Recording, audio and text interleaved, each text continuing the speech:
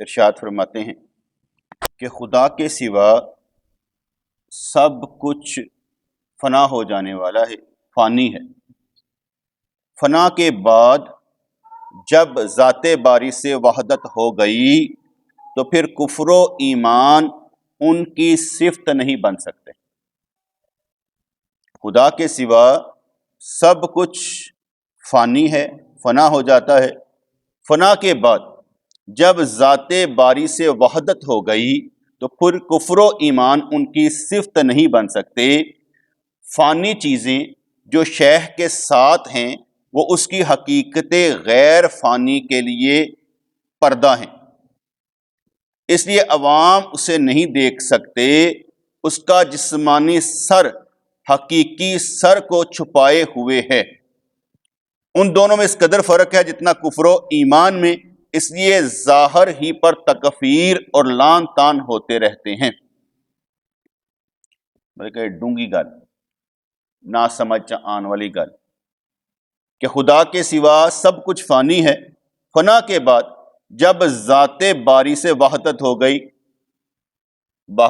گئی پھر کفر و ایمان ان کی صفت نہیں بن سکتے۔ کفر اور ایمان ان کی صفت نہیں بن سکتے۔ فانی چیزیں جو شیخ کے ساتھ ہیں وہ اس کی حقیقت غیر فانی کے لیے پردہ ہے۔ جیسے روح کے لیے جسم پردہ ہے، اس لیے جو اس کی صفت ہو گئی وہ فانی والی غیر فانی کے لیے ایک پردے کا کام کرے گی۔ فرمانے لگے کافر اور مردہ تو در حقیقت وہ ہے جو شیخ کا منکر ہے اور اس کے اوصاف سے جاہل ہے، کیونکہ اگر کوئی شیخ کے اوصاف سے جاہل ہے تو مردہ ہے۔ انسان کی جان حیوان کی جان سے زیادہ قوی ہے کیونکہ اس کا علم بڑا ہوا ہے۔ یہاں پر علم کو مراد دی حیوان کے ساتھ کہ حیوان اس لیے حیوان ہے کہ اس کے پاس علم نہیں ہے، اور جو علم میں ہے وہ انسان کی جان حیوان کی جان سے زیادہ قوی ہے چونکہ اس کا علم بڑا ہوا ہے۔ جو ادراک اور حواس انسان اور حیوان میں مشترک ہیں، فرشتے ان سے بالا تر ہیں، لہذا کثرت معلومات کی بنا پر وہ انسان سے افضل ہے، اگرچہ دوسرے اعتبارات سے انسان افضل ہے۔ اہل اللہ کی جان فرشتوں سے زیادہ قوی ہوتی ہے، اس لیے حضرت آدم علیہ السلام مسجود ملائکہ ہوئے۔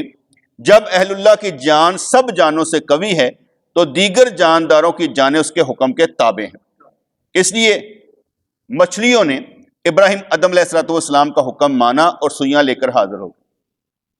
یہ پچھلے قصے سے انہوں نے مراد لی، اس سے مراد انہوں نے جو مفہوم سمجھ میں آتا ہے وہ یہ ہے کہ فرشتے افضل ہیں جانوروں سے، انسان افضل ہے فرشتوں سے اس لحاظ سے کہ جب اس کی وحدت اللہ تعالیٰ کے ساتھ اس کی وحدت ہو جائے، اس کی بات اللہ کی بات ہو جائے، اور جب وہ بات کرے تو سارے جانور اس کا حکم مانیں گے، جیسے کہ فرشتوں کا حکم ہو گیا کہ تم نے حضرت آدم علیہ السلام کو سجدہ کرنا ہے۔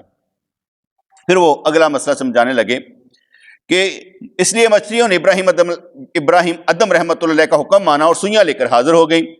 جب اس امیر نے مچھلیوں کو حضرت ابراہیم آدم رحمۃ اللہ علیہ کے تابع فرمان دیکھا تو اس پر وجد طاری ہو گیا۔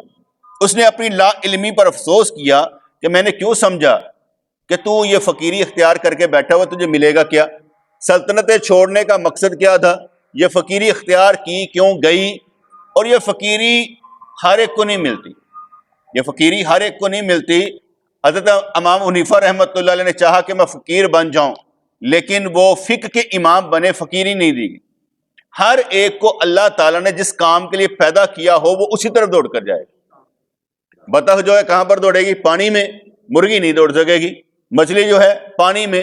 ہماری جو صفت ہوگی، جس طرف کے ہم ہوں گے ہم اس طرف دوڑ کر جائیں گے۔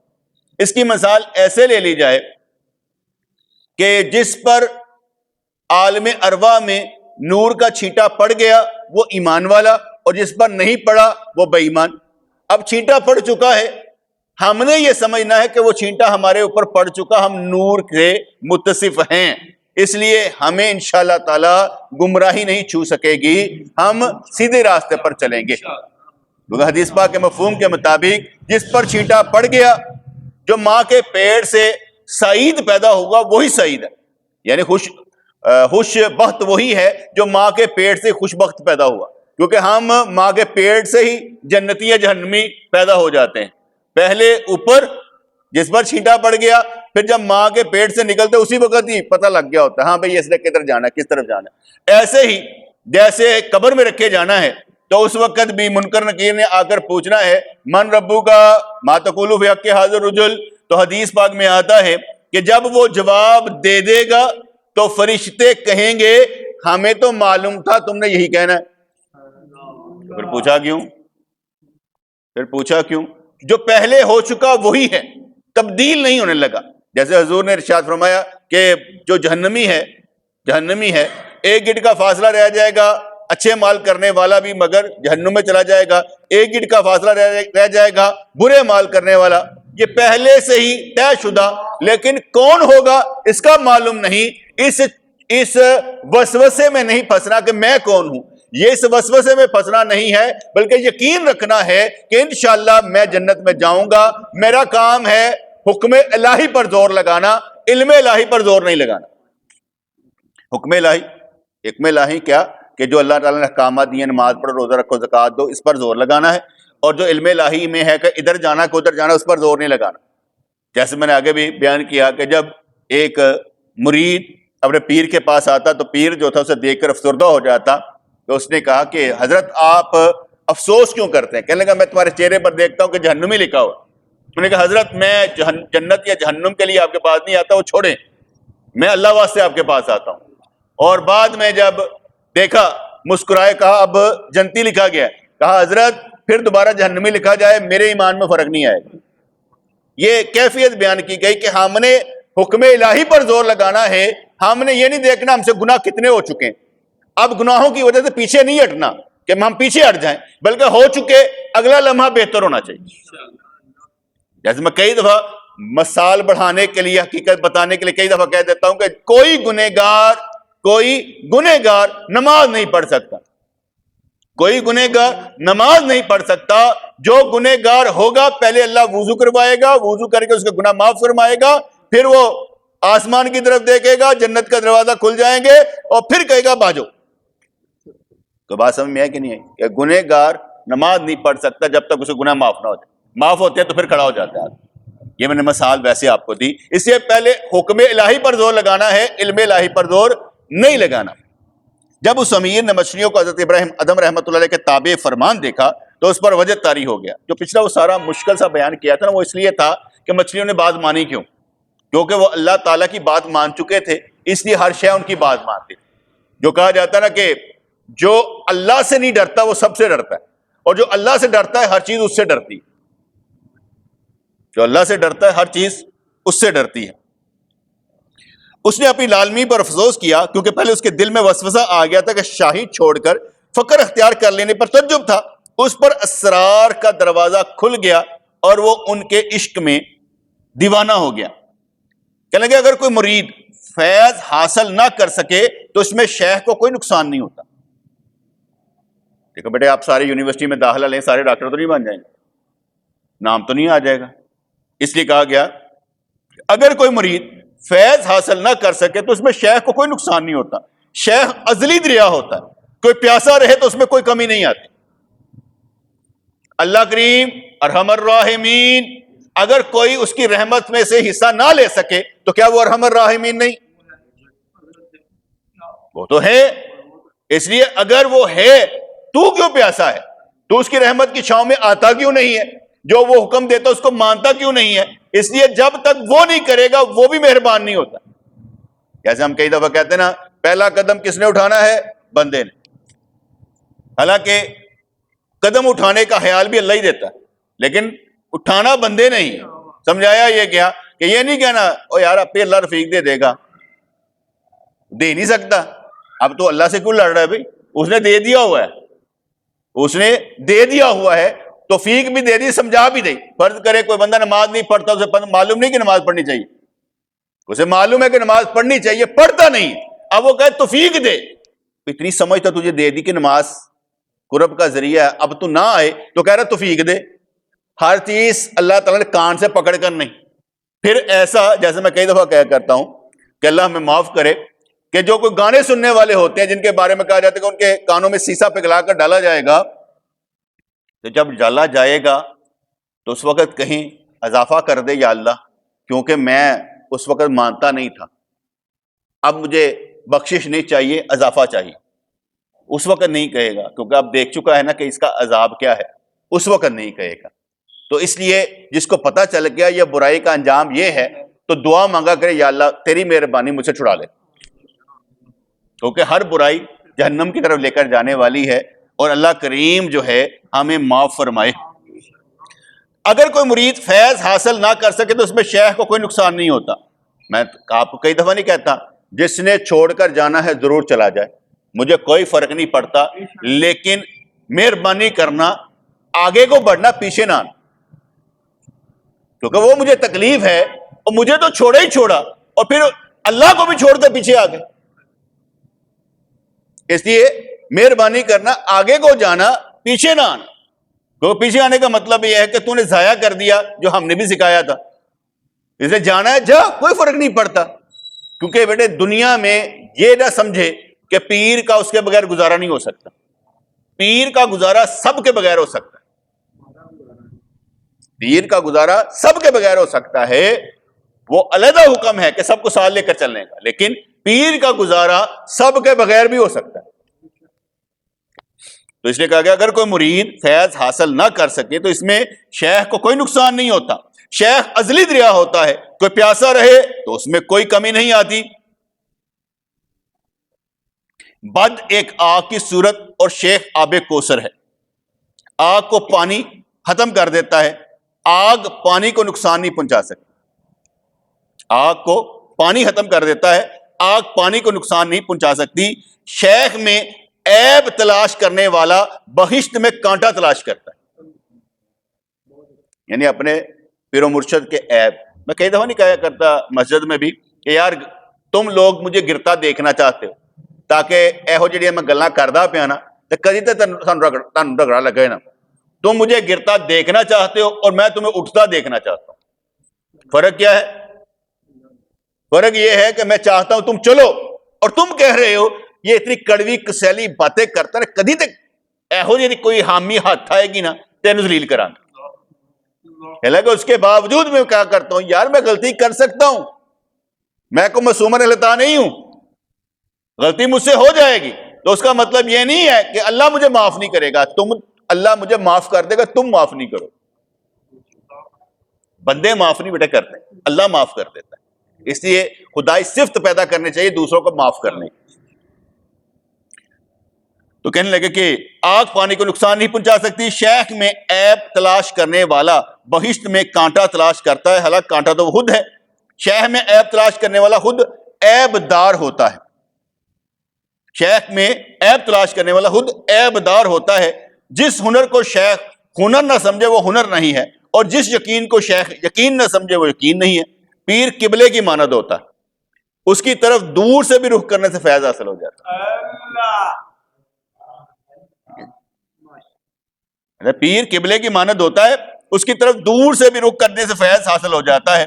گدھا دلدل میں پھنسا ہو تو نکلنے کی تگ و دو کرتا ہے. یہ دنیا بھی دلدل ہے، اس سے بھی نکلنے کی کوشش کرنی چاہیے.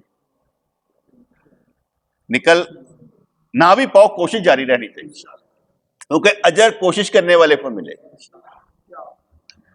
فرض کریں آپ کلاس میں آ رہے ہیں اور کہیں مجھے میرے کچھ نہیں رہا، میرے گناہ نہیں چھوٹ رہے، تو نہ چھوٹیں، کلاس میں آنا بھی نہ چھوڑو. سب کو معلوم ہے نماز بے حیائی اور برائی کے کاموں سے روکتی ہے. نہیں رک رہا تو نماز میں حلل ہے کہ تم میں؟ پھر نماز چھوڑ دیں. اس لیے اگر کوئی کلاس میں نہیں آتا تو اس کی بدقسمتی ہے کہ وہ نہیں آتا، وگرنہ جو اس وقت میں ملتا ہے وہ کسی اور وقت میں نہیں ملتا. جو اس وقت میں ملتا ہے وہ کسی اور وقت میں نہیں ملتا. تو فرمانے لگے کہ یہ دنیا بھی دلدل ہے، اس سے بھی نکلنے کی کوشش کرنی چاہیے. اگر کوئی بد عمالی سے نکلنے کی کوشش نہ کرے تو گدھے سے بدتر. گدھا تو دلدل میں پھنسا ہو تو نکلنے کی کوشش کرتا ہے، اور تو اپنی بدعمالی سے نکلنے کی کوشش بھی نہیں کرتا، جتنے لگ گیا کہنا ٹھیک ہے ٹھیک ہے، لیکن وہ جذبہ جو ہے نا بیدار رہنا چاہیے، کیونکہ اچانک تحریک پیدا ہوتی ہے، ٹھیک ہے؟ فرض کریں آپ کسی جگہ میں پھنس گئے ہیں، کسی شک میں پھنس گئے ہیں، کسی گناہ میں پھنس گئے ہیں، چھوٹ نہیں رہا، تو اللہ کی رحمت سے مایوس نہ ہو کے چھوٹے گا نہیں، وہ جب چاہے گا جس وقت چاہے گا چھوٹ جائے گا۔ دوسری بات، ہم جن جن چیزوں کو دیکھتے رہتے ہیں نا وہ ہمارے اندر سرایت کر جاتی، جتنا زیادہ ہو اچھوں کو دیکھنا چاہیے، جتنا زیادہ ہو اچھوں کو دیکھنا چاہیے تاکہ اندر سرایت کر، وگر جس کی طرف ہم دیکھتے رہتے ہیں وہ ہمارے اندر سرایت کر جاتی۔ کسی لمحے ایک لمحہ کیوں کہا گیا کہ غیر عورت کی طرف دیکھنا نہیں، اگر دیکھو گے تو عبادت میں حلاوت نہیں ملے گی کیونکہ اندر داخل ہو جائے گی، ٹھیک ہے؟ ایک نظر غیر کی طرف دیکھا تو پھنس جائے گا، اس لیے اچھوں کو دیکھنے سے راستہ اچھا رہتا ہے، اور اگر اچھوں کو دیکھنا چھوڑ دیا جائے تو راستہ بدل جاتا ہے۔ اس لیے کہا جاتا ہے، کسی جگہ میں پڑھا تھا کہ جب سومناتھ کا مندر فتح کرنے کے لیے یہ سلطان محمود غزنوی صاحب گئے نا، تو اس وقت میں جو ان مندر کے پجاری تھے نا، ان کو تلوار مارتے تھے تو تلوار اثر نہیں کرتی تھی، ایسے لگتا تھا پتھر کے۔ کسی نے پوچھا کیا؟ کہتے انہوں نے سال ہر سال کی محنت کر کے اس بت کو اپنے اندر داخل کر لیا ہو، صرف دیکھ دیکھ کر اس بت کو اپنے اندر داخل کر لیا ہے، اس لیے ان کا جسم بھی بت ہے، ٹوٹتا نہیں ہے۔ بات سمجھ میں آ رہی کہ نہیں آ رہی؟ اس لیے جو اولیاء کرام ہوتے ہیں وہ بھی سال ہر سال کی محنت کے بعد اللہ کی رحمت کو اپنے اندر جذب کر لیتے ہیں۔ بس نہیں سمجھا سکتا، وہ سمجھا سکتا ہوں کہ دیکھنا اچھوں کو چاہیے۔ اگر کوئی بد عمالی سے نکلنے کی کوشش نہ کرے تو گدھے سے بدتر ہے۔ ایک شخص یہ کہتا تھا کہ خدا نے میرے بہت سے عیب دیکھے ہیں لیکن اپنے کرم کی وجہ سے مجھے نہیں پکڑتا۔ خدا نے حضرت شعیب علیہ السلام کو وحی کی کہ یہ واقعہ کے خلاف کہتا ہے، یہ واقعہ کے خلاف کہتا ہے۔ وہ کہتا گیا تھا کہ خدا نے میرے بہت سے عیب دیکھے ہیں لیکن اپنے کرم کی وجہ سے مجھے نہیں پکڑتا۔ خدا نے حضرت شعیب علیہ السلام کو وحی کی کہ یہ واقعہ کے خلاف کہتا ہے، تو گرفتار ہے اور کہتا ہے خدا میری گرفت نہیں کرتا، تو گرفتار ہے اور کہتا ہے خدا میری گرفت نہیں کرتا۔ مسلسل گناہ کرنے والے کو اپنے گناہ کے اثر کا اور اس پر اللہ کی گرفت کا احساس نہیں رہتا۔ مسلسل گناہ کرنے والے کو یہ سمجھ نہیں آتی کہ مجھے کو پکڑا ہے، وہ سمجھتا مجھے کو پکڑ ہی نہیں ہے۔ نئی دیگ پر دھویں کا اثر نمایاں ہوتا ہے، نئی دیگ پر دھویں کا اثر نمایاں ہوتا ہے، لیکن جہاں تاہ بتہ دھواں جم چکا ہو وہاں اس کا اثر نظر نہیں آتا، کیونکہ وہاں دھویں کا اثر وہ کالا ہے، وہ کتنے اثر رہنا۔ جب کسی کو اپنے گناہ کا احساس ہی نہیں ہوگا تو وہ یا اللہ کہہ کر کہاں روئے گا؟ جسے گناہ کا احساس ہوگا وہ اللہ اللہ کہہ کر روئے گا نا، کیونکہ اسے احساس ہو جائے گا۔ اب اس کو اپنا گناہ ہی نہیں لگتا۔ جب انسان کو گناہ کے بارے میں احساس ہی نہیں رہتا تو وہ توبہ بھی نہیں کرتا، اور توبہ وہ کرتا ہے جسے احساس رہتا ہے۔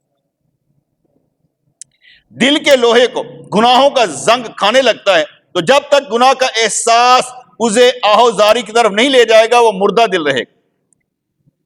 میں کئی دفعہ سمجھاتا ہوتا ہوں، جب تک ہمارا ضمیر، ہمارا خیال ہمیں کچوکے برتا رہتا ہے نا، ٹھیک نہیں گا، اس کا مطلب ہے اندر ایمان ہے۔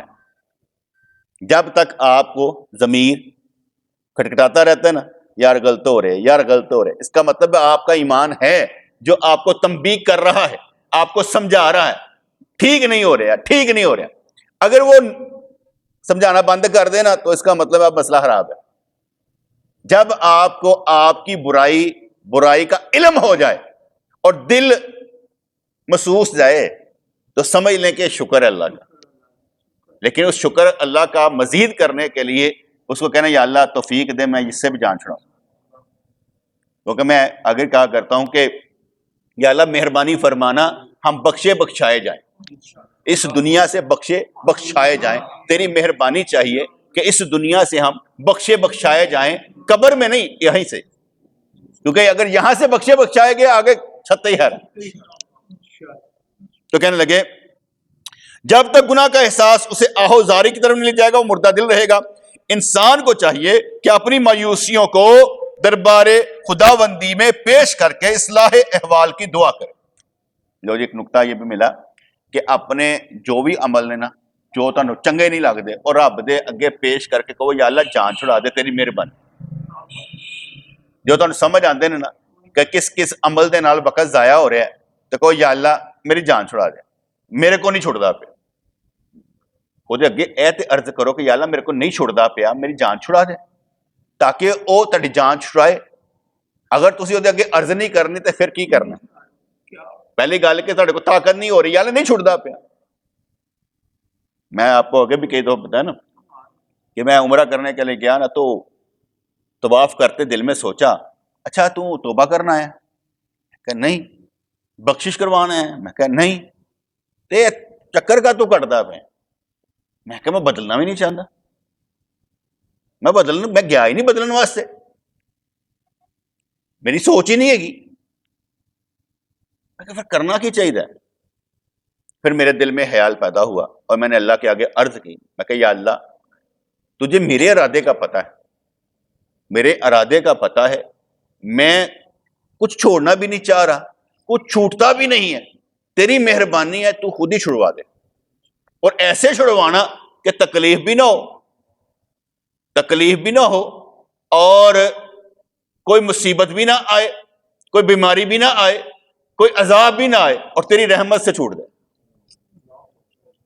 ویسے میں نے آپ کو بتایا کہ اگر آپ عمرہ کرنے کے لیے جائیں تو آپ کی نیت کیا ہے. جیسے یہ شب برات آتی ہے اور سارے علماء حضرات مولوی حضرات رولا ڈالتے ہیں بخشش کی رات, بخشش کی رات, بخشش کی رات.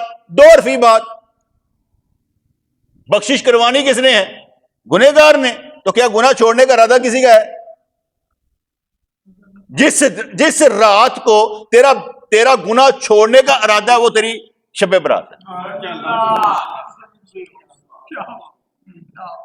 جس رات کو تیرا گناہ چھوڑنے کا ارادہ ہے وہ ہے تیری شب برات. جب ارادہ ہی نہیں تو بخشش کی رات کیسے؟ بڑی سیدھی سی بات ہے نا, کیونکہ نقطے کی بات ہے. ہم سارا سنانے لگ پڑتے ہیں کہ یہ آئے تو یہ ایسے. اور بندے کو سمجھاؤ کہ جس وقت تو نے گناہ چھوڑنے کا ارادہ کر لیا وہ تیری بخشش کی رات ہے. جب گناہ چھوٹ گیا تو سمجھ شب برات ہے. ہم لوگ ایسے وہ کیا کہتے ہیں بغیر سوچے سمجھے راتیں منا رہے ہوتے ہیں, دن منا رہے ہوتے ہیں. ٹھیک ہے, ہر شے ہی سمجھ لو بغیر سوچے سمجھے کر رہے ہیں. جو وہ کیا کہتے ہیں دنیا نے لکھ کے دے دیا, جو رسم و رواج نے لکھ کے دیا, وہی پر بتیاں لگانے والے ہم لوگ تھے کہ شب برات میں بتیاں لگا دی جائے, پٹاخے چلا دیے جائیں, ہمارا یہی کام تھا. اور جب سمجھ میں آیا مسئلہ تو کچھ اور ہے, یہ کہانی تو ہے ہی نہیں.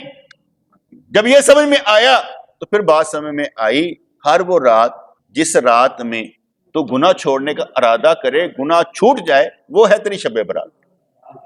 جیسے میں کئی دفعہ سمجھایا کرتا ہوں کہ رمضان میں لیلۃ القدر تلاش کرنے کا ثواب لکھا ہے کہ بھئی کرنی چاہیے. رمضان کا ایک مقصد یہ بھی ہے لیلۃ القدر کی تلاش کرنا. تو لیلۃ القدر جو کی رات جو ہے وہ 84 سال کی عبادت سے بہتر ہے. لیکن کیا وہ اللہ کریم کسی بھی عمل پر 84 سال کی عبادت کا ثواب دے سکتا ہے کہ نہیں دے سکتا؟ یا صرف وہ رمضان میں ہی دے گا؟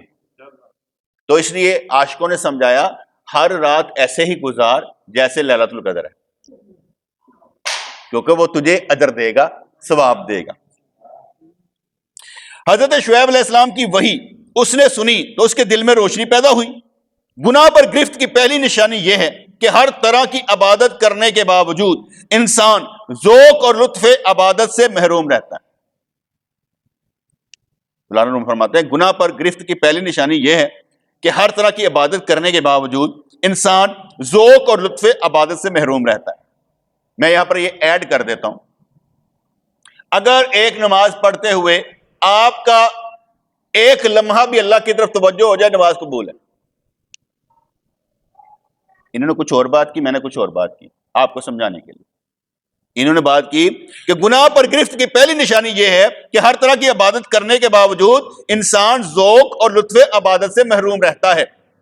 یہ ان کی بات ہے, آپ کو ذوق کا معلوم ہی نہیں ہے, آپ کس کو ذوق سمجھیں گے؟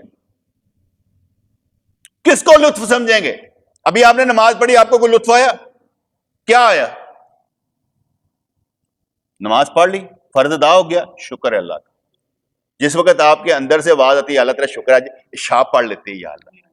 اور میں نے آگے ہی بتایا تھا کہ اگر نماز فجر قضا بھی ہو جائے اور قضا کرنے کے بعد بندہ اللہ کریم کے آگے دعا کرے کہ یا اللہ قضا ہو گئی تھی اب ادا کر لی ہے، اسے میری نماز کو ادا والے میں تولی جائے، قضا والوں میں نہ تولی جائے۔ بڑی میں نے قضا ہے لیکن کل قیامت والے دن ادا والوں میں تولی جائے کہ جیسے نماز ادا کی تھی۔ اب اس اللہ سے اتنا تو عرض کر سکتے ہیں نا، اس اللہ سے اتنا بھی عرض کر سکتے ہیں۔ اس لیے وہ جو فرما رہے ہیں کہ گناہ پر گرفت کی پہلی نشانی یہ ہے کہ ہر طرح کی عبادت کرنے کے باوجود انسان ذوق اور لطف عبادت سے محروم رہتا ہے۔ جس ماحول میں ہم رہتے ہیں اس میں یہی بہت ہے کہ ہمارا زیادہ تر خیال اللہ کی طرف ہو۔ جیسے میں کئی دفعہ کہتا ہوں کہ میں موٹے موٹے کام کرتا ہوں، 24 گھنٹوں میں کتنے گھنٹے اچھے گزارے بس کافی ہے۔ میں نے دیکھنا ہوتا ہے 24 گھنٹوں میں کتنے گھنٹے میں نے اچھے گزارے، لمحہ نہیں، گنا نہیں گندا کی گننا گھنٹے، کہ 24 گھنٹے اس میں اچھے گھنٹے کتنے گزارے۔ ایک دفعہ گالی نکال دی کسی نے کچھ یہ کہہ دیا 24 گھنٹے جی لمحہ سے، باقی 24 گھنٹے تجھ کی کیتا ہے؟ تو بات سمجھ میں آئی کہ نہیں آئی بیٹے؟ نیکیاں کرنے میں مسئلہ ہوتا ہے نا سمجھنے میں۔ تو میں کہتا ہوں 24 گھنٹوں میں میں نے کتنا، جیسے یہ ابھی 24 گھنٹوں میں 1 گھنٹہ ہم نے یہاں گزارا، آپ کا 1 گھنٹہ یہاں پر گزرا، 23 گھنٹے آپ کے پاس تھے، 23 گھنٹوں میں آپ 8 گھنٹے کی نیند پوری کر لیں۔ اس کے بعد آپ نے کہا میں رزق حلال کمانے چلا گیا ہوں، وہ بھی آپ کی عبادت ہو گئی۔ آپ نے دیکھنا کہ کس لمحے آپ سے غلطی ہوئی ہے۔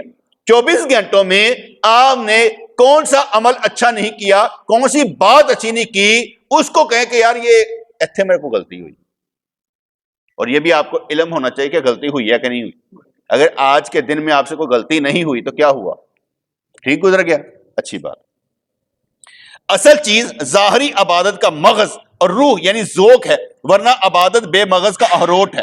بغیر ذوق عبادت کے اس کی عبادت میں شجر و ثمر پیدا نہیں ہوں گے۔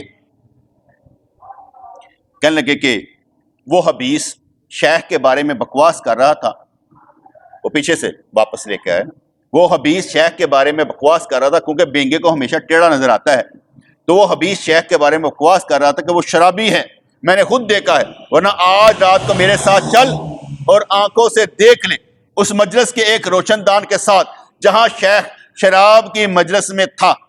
وہ دن میں مکاری سے بزرگ بنا رہتا ہے اور رات کو فسق و فجور کرتا ہے۔ اس نے شیخ کے ہاتھ میں بھرا ہوا جام دیکھا تو پوچھا، اے شیخ آپ تو فرماتے تھے کہ شراب کے جام میں شیطان پیشاب کر دیتا ہے۔ شیخ نے کہا اللہ نے میرے جام کو پر کر دیا ہے، اس میں شیطان کے پیشاب کے قطرے کی گنجائش ہی نہیں ہے۔ شیخ کے جام سے مراد شیخ کا اپنا جسم ہے، پورا جسم نور حق سے پر ہے، شیطان کے اثرات کی کوئی گنجائش ہی نہیں۔ جب ہم کسی اچھے سے مل لیتے ہیں نا تو پھر الزام کو نہیں لگتا۔ مجھے یاد پڑتا ہے شیخو پور کے ایک لڑکے نے مجھ پر الزام لگا دیا کہ اس نے مجھ سے بدفعلی کی۔ آپ کو بتانے لگا ہوں کہ اس نے مجھ پر الزام لگا دیا کہ اس نے مجھ سے بدفعلی کی، اور وہاں پر جو شیخو پور کے دوست سے ان کو تنگ کرتا تھا، میرا نام لے کر تنگ کرتا تھا۔ تو مجھے انہوں نے کہا، دوستوں نے کہ یہ کہتا ہے، میں خود اس سے ملنا چلا گیا۔ میں چلاؤ جی چلیے مل کے آئیے۔ جب میں نے کیا ہی کچھ نہیں تو کسی کا الزام میرا کیا بگاڑے گا؟ جب میری نیت صاف ہے تو پھر مجھے کیا ہوگا؟ اس کے کچھ حدود تھے میرے پاس، میں لے کر چلا گیا اس کے استاد کے پاس، جا کر بیٹھا، کوئی دھمکیاں لگاتا رہا، کوئی بدماشی کرتا رہا۔ میں کہ یار گل کر۔ جب سارا کچھ ہو گیا واپس آ گئے، اس کے بعد وہ بند ہو گیا تھا، کچھ نہیں کیا، کچھ نہیں کہا۔ اور مجھے اپنی فکر نہیں تھی، اپنے دوستوں کی فکر تھی جن کے لیے میں گیا تھا، تاکہ اس کی زبان ان کو کیا کہتے ہیں خراب نہ کرے نا، ان کو پریشان نہ کرے۔ میری کوئی بات نہیں تھی، میں نے پتا جھوٹ بولتا پہ، مجھے معلوم تھا کہ وہ جھوٹ بول رہا ہے، لیکن میں گیا کس لیے؟ اپنے دوستوں کے لیے، کہ میری وجہ سے میرے دوستوں کو تکلیف نہ ہو، اس لیے میں چلا گیا۔ اب وہاں پر اس کی زبان اب بند ہے، اب نہیں بولتا۔ جب میں نے کیا ہی نہیں تو رولا کس بات کا؟ اب آپ کہیں کہ یہ الزام کیوں لگتے ہیں، میں کچھ کے واقعہ سنا دیتا ہوں۔ ایک کتاب میں نے پڑھا، صوفیوں کی کتاب، کہ حضرت جنید بغدادی رحمۃ اللہ علیہ، آپ ہاں ایک مہمان آیا، جب مہمان آیا تو ان کی بیٹی نے اس کے آگے کھانا رکھا خوبصورت انداز میں سرو کیا، تو آپ کے دل میں خیال پیدا ہوا میری بیٹی جہاں جائے گی نا سگڑ بیٹی ہے راج کرے گی، یہ خیال پیدا ہو گیا۔ تھوڑی دیر بعد ایک مرید باہر سے آیا اور بڑا ہی پریشان، چہرہ بجھا ہوا، کہا کیا ہوا؟ کہا حضرت آپ کے بارے میں لوگ باہر بڑی بڑی باتیں کر رہے ہیں۔ انہوں نے پوچھا کہ کیا؟ زبان پر نہیں آ سکتی۔ انہوں نے پوچھا ہوا کیا ہے؟ کہنے لگے وہ کہتے ہیں کہ جنید بغدادی اپنی بیٹی سے شادی کرنا چاہتا ہے۔ آپ مسکرائے، کہا یا اللہ تیرے سوا کوئی خیال نہیں دلی چاہنا چاہیے، تو پسند نہیں کر اتنا خیال کتنا تے اے حالت۔ میں اس کو اس نقطۂ نظر میں لیتا ہوں کہ دل ہمیں تم سے لگانا ہی نہ تھا، یہ ابس پیار ہے کیا ہونا، ٹھیک ہے؟ کوئی کسی سے ویسے محبت کر لو گے نا پھنس جاؤ گے، الزام لگ جائے گا، ٹھیک ہے؟ وہ تو میں تھا ہی ایسا نڈر قسم کا کہ میں چلا گیا، ڈرا ہوتا یا کیا کہتے ہیں ملزم ہوتا تو میں کیوں جاتا، اس لیے میں چلا گیا۔ کہیں پر بھی کوئی کام ہو میں پہ چلا جانا، میں ہاں حکم کرو۔ مجھے یاد پڑتا کہ ہمارے پیر مرشد رحمۃ اللہ کے جو بیٹے تھے بڑے، انہوں نے جماعت سے مجھے نکلوانے کی کوشش کی کہ بھائی اینو کڈو باہر، اے زیادہ تنگ کردا پہ میرے رستے چ رکاوٹ ہے تو اینو کڈو۔ مجھے بتایا گیا بھائی تینوں نہ باہر کڈن دی سازش، میں آپ پہ چلا گیا نال ہی، میں کہا چلاؤ میں بھی چلنا، وہاں پر چلا گیا۔ انہوں نے ایک خط نکالا جو میں نے لکھا ہوا تھا، اور اس میں میں نے لکھا ہوا تھا کہ دیکھیں کہ حضور قبلہ عالم دنیا سے تشریف لے گئے ہیں، اور دنیا سے تشریف لے گئے ہیں، چلے گئے ہیں، ٹھیک ہے، اپنی قبر انور میں، حالانکہ روحانی طور پر زندہ ہے، اچھا اس نے نا ان پڑھ جاہل قسم کی بات کی، بلا لیا، کہتے جو اپنے پیر کو مردہ کہے اس کے بارے میں کیا عقیدہ ہے؟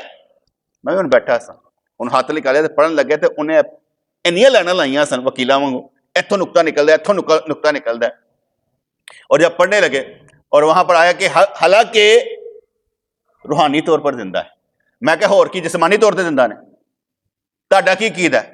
اچھا میں الٹا پڑھ گیا، نہیں تو تم مجھے بہت اچھے لگتے ہو، میں تم سے بڑی محبت کرتا ہوں، میرا جو پیر تھا پیر میٹھا وہ بھی پنجابی تھا، یہ اصل میں یہ جو لغاری ہیں یہ اچھے نہیں۔ اب انہوں نے پیچھے پہ گیا، میں کہ یہ ہاتھ مجھے دیں، میرا ہی ہے نا، مجھے دیں۔ نہیں میں نے نہیں دینا، میں دے تو صحیح، میرا ہی ہاتھ ہے مجھے دے دیں۔ ڈر کس بات کا؟ جب آپ سچے ہیں تو کس بات کا ڈر ہے؟ آپ کو کون کیا کچھ کہہ سکتا ہے؟ یہ نہیں ہوتا بیٹا کہ ہم میں حامیاں نہیں ہوں گی، ہم نے کب کہا ہے ہم میں حامیاں نہیں، لیکن حامیوں کے باوجود بھی اللہ تعالیٰ ہمیں اچھے کام کے لیے استعمال کرے تو اچھا نہیں ہے، تو ڈر کس بات کا؟ یہ میں ویسے آپ کو واقعات اس لیے سنائے کہ دوستوں کی وجہ سے کہ ان کو پریشانی نہ ہو ہم راستے کا حل نکالتے ہیں۔ اس کو کچھ نہیں کہا، کیونکہ کیا کہنا کسی کو، ہم تو یہی کہیں گے صبر میں بھی ہدایت ہے، ہم کیوں ماریں کسی کو یا کسی کو کہیں، ضرورت کیا ہے لڑنے کی؟ ضرورت ہی کوئی نہیں ہے۔ میں یاد پڑتا کہ علامہ یوسفی صاحب نے ایک دفعہ درس دیتے ہوئے تو نام لیے بغیر کہا یہ بندہ یہ کرتا ہے، یہ کرتا ہے، یہ کرتا ہے، یہ کرتا ہے۔ میں نے دوستوں کو لیا، میں کہ یار پوچھا یہ میں ہی سا، نام نہیں لیتا لیکن کیا میں ہی سا؟ اب ہم چلے گئے، وہ اس دن تو نہ ملے، دوسرے پھر چلے گئے، جب چلے گئے تو بیٹھ گئے، میں نے کہا جی آپ نے ایسی باتیں کی ہیں تو میں نے تمہارے متعلق تھوڑی کہی ہے، تمہارا نام لیا کوئی؟ میں کہ جی میں کہاں جی ایک بندہ جو دستار پاندا سفید رنگ دے کپڑے پاندا ایک رسالہ چھاپتا ہے تے مسجداں چ امامت کردا تے خرابت کردا نال مرید بھی ہے تے تہاڈا نام نہیں لیتا، میں تہاڈا نام نہیں لیتا، میں کیسی بات ہے؟ تو وہ بیانیہ بنایا انہوں نے، میرے ساتھ لڑنے آ گئے تھے بندے لے کے، اچھا بندے کہڑے گئے سن؟ لطیفے ہوتے ہیں، مجھے ڈر نہیں تھا اس لیے چلا گیا کہ بھی آپ سچے ہیں تو بات کریں، بھاگ گئے تھے۔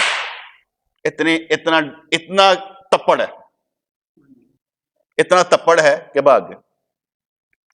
ہم بیٹھے ہیں نا یہاں پر، انشاءاللہ بیٹھے رہیں، اسی کسے دے بٹھائے نہ بیٹھے ہیں انشاءاللہ۔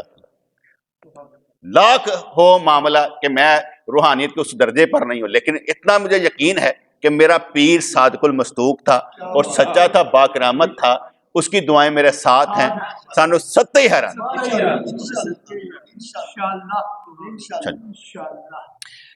فرمانے لگے سورج کا نور اگر کوڑی پر پڑے تو وہ سورج نجس نہیں ہوگا. سورج کا نور اگر کوڑے سے پڑے تو وہ نجس نہیں ہوگا, سورج نجس نہیں ہوگا. شیخ نے مرید کی بدگمانی دور کرنے کے لیے اسے جام دکھایا, وہ شہد سے پر تھا. پھر فرمایا جاؤ میرے لیے شراب لاؤ کیونکہ میری بھوک کی تکلیف بڑھ گئی, میں مضطر کے حکم میں ہوں جس کے لیے جان بچانے کے لیے حرام کھانا جائز ہے. وہ شراب خانے میں گیا, ہر مٹکے میں شراب کی جگہ شہد بھرا ہوا تھا. مرید نے شرابیوں سے دریافت کیا کہ کیا معاملہ ہے, کسی مٹکے میں شراب نہیں ہے. شیخ کی اس کرامت سے شرابی بے حد متاثر ہوئے, بولے آپ نے شراب کو ناپاکی سے تبدیل کر دیا, ہماری جان کو بھی ناپاکی سے تبدیل کر دیجئے. اگر سارا عالم خون ہو بھی جائے تو بھی اللہ کا بندہ حلال کے سوا کچھ نہیں کھاتا. لیکن یہ واقعہ سنانے کے لیے, ورنہ حدیث پاک میں آتا ہے کہ تہمت والی جگہ سے بچو.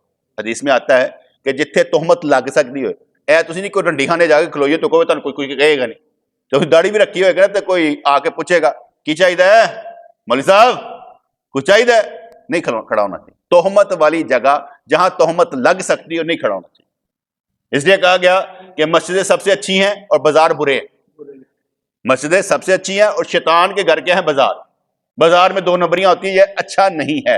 اس لیے کسی غلط جگہ پر کھڑا نہیں ہونا, کیونکہ تہمت والی جگہ سے بچو. میرے نبی کی بات ہے, اس بات کا برم رکھیں, آپ عزت سے رہیں. جب میں نے یہ مدرسہ بنایا نا, تو یہ مرکز بنایا نا, تو میرا ایک دوست کہنے لگا کہ تم ذرا دھیان سے رہنا, بڑے الزام لگ جاتے ہیں. کوئی ویسے عورت کی جو ہوتی ہے نا چپلیں لا کر رکھ دیتا, کہتا اتنے عورت گئی ہے, اگلے نے کی پتا کی ہوا یقین. میں کہا فکر نہ کر, ہم نے عورتوں اور بچوں کا داخلہ ویسے بند کر رکھنا ہی نہیں, اس لیے کہ یہ دونوں خراب کرتے ہیں, اس لیے دونوں ہی باہر کر دینا چاہیے. تو اس لیے پھر ایک اور نقطہ سمجھ میں آ رہا تھا, بولے آپ نے شراب کو ناپاکی سے تبدیل کر دیا, ہماری جان کو بھی ناپاکی سے تبدیل کر دیجیے. اگر سارا عالم خون ہو جائے تو بھی اللہ کا بندہ حلال کے سوا کچھ نہیں کھاتا. کیونکہ بڑی بڑی باتیں کرنے سے بندہ بڑا نہیں ہوتا بیٹا, اپنے عمل سے بھی ثابت کرنا پڑتا ہے کہ ہم بڑے, اپنے کردار سے بھی ثابت کرنا پڑتا ہے کہ ہم بڑے. بڑا بندہ وہی ہوتا ہے جو بڑا ہو. گھر کا سربراہ بڑا وہ ہوتا ہے جو پیسے دیتا ہے, اور گھر کا سربراہ بڑا وہ ہوتا ہے جو ایمان دیتا ہے. اگر ہماری وجہ سے لوگوں کو, دوستوں کو, بیوی بچوں کو ایمان ملے تو یہ زیادہ بہتر ہے, کیونکہ ہم بڑے ہیں. ہمارے کردار میں نور ہونا چاہیے تاکہ دوسروں کو اس سے روشنی ملے. دیکھو آپ کے سامنے میں ساری باتیں کھول کھول کر اس لیے بیان کرتا ہوں بیٹے, مجھے اتنی فکر نہیں ہوتی کہ میں یہ کہوں کہ یار یہ کیا. ریکارڈ کا ایک حصہ ہے زندگی, ریکارڈ کا ایک حصہ ہے, اس میں بہت کچھ ہمارے ساتھ ہوا ہے, لیکن اللہ کی پناہ میں اس قدر اللہ کریم رکھا ہو, اب بھی رکھا ہوگا, اب بھی اللہ کریم نے بہت سنبھال کے رکھا ہو.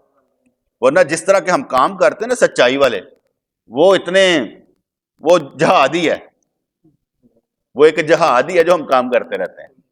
اور لوگوں کو اندازہ ہو جاتا ہوگا, جیسے میں نے آگے بتایا کہ بندے نے وہ کمنٹ میں لکھا, کہنے لگا کمانڈو کی طرح زندگی گزار رہے ہو تو, کمانڈو اور 1 مین آرمی, اتنے اچھے انداز سے تو نے سارے معاملے ہینڈل کیے ہوئے, سب انہوں سٹ کر کے رکھے آئی, کلے ہی کھلوتا ہے, نہ اے کسکدے پے نے نہ او کسکدے پے نے, سارے دے سارے چپ نے. میں مسکرایا, کیا بات ہے. ایک مفتی صاحب کا میسج آیا, وائس میسج, وہ کہنے لگے, مفتی برہان الدین نام تھا اس کا, کہنے لگے آپ کی پڑھتے ہیں ہم 4 مصلی اجماع امت اہل سنت ہم آپ کا پڑھتے ہیں, اور پڑھنے کے بعد پھر سمجھتے ہیں, پھر کاپی کرتے ہیں, پھر آگے بھیج دیتے ہیں. کاپی کرنے کی اجازت ہے کہ ماشاء اللہ جتنے مفتی بھی حضرات ہوں وہ بھی کہیں کاپی کر کے اگے, میں کہا بھیج دیو, فیض رضوانیہ جاری رہے گا. کہاں میں آگے بڑھنا چاہیے, جانے دو, نام کہیں پہ نظر نہ آئے, کام نظر آئے. اور جیسے ایک مثال دی جاتی ہے نا کہ اللہ کریم ایک عالم سے پوچھے گا, ہاں بھائی کیا کیا, یا اللہ بہت تقریریں کیتی ہیں, مدرسے کھولتے, یہ کرتا, وہ کرنے, اپنے واسطے کیتے, میرے واسطے کی کیتے. وہ جتنی باتیں کرے گا اللہ رد کرتا جائے گا, آخر پر وہ چپ کر جائے گا, دل ٹوٹ جائے گا کہ میرے بخشیدہ سامان کوئی نہیں. تو اس کے بعد اللہ کریم اس کی بخشش کے لیے سامان پیدا خود کرے گا اور فرمائے گا ایک جگہ تو نے تقریر کی تھی اور اس تقریر کی وجہ سے میرا ایک بندہ وہاں پر بیٹھا ہوا, اس کی آنکھوں میں آنسو آ گئے تھے، اس آنکھوں میں جو آنسو آئے تو اس کے صدقے میں تجھے معاف کرتا ہوں. اسی بھی یہی کرنے ہیں، معاف کر دے جس طرح مرضی کر دے،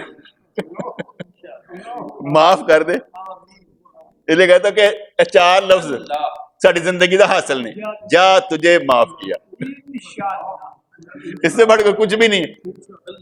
اینی گل صرف سننی ہے تو اسی موجہ مارنی ہے کہ اللہ تیری مہربانی. اینا ہی سنن واسطے ساری زندگی تے سارے عذاب نے. جو کچھ کر دے پہ نا یہ 4 گلاں دا محتاج ہے، جا تجھے معاف کیا. وہاں پر ہوتا کیا ہے مجھے تو نہیں معلوم، لیکن مزہ آئے گا.